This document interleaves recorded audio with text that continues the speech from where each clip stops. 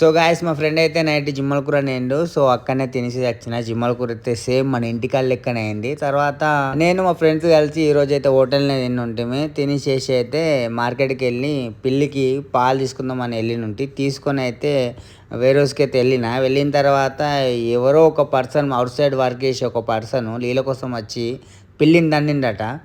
నేను తన కోసం అయితే సెర్చ్ చేసినా కానీ తనైతే నాకు దొరకలేదు. తన మేబీ వెళ్ళిపోయిందట. నాకైతే చిన్న కోపం రాలేదు. ఇంకా పోయి మూగజీవుల మీద అది చూపెట్టుడేందో నాకు ఏం అర్థం కాలేదు.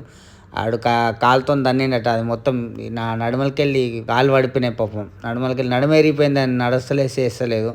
నాకైతే చిన్న కోపం రాలేదు. నిజంగా వాడు దొరికిన వాడితే నా ఫోర్కిప్తో కిందికి మీకి ఎత్తుంటి.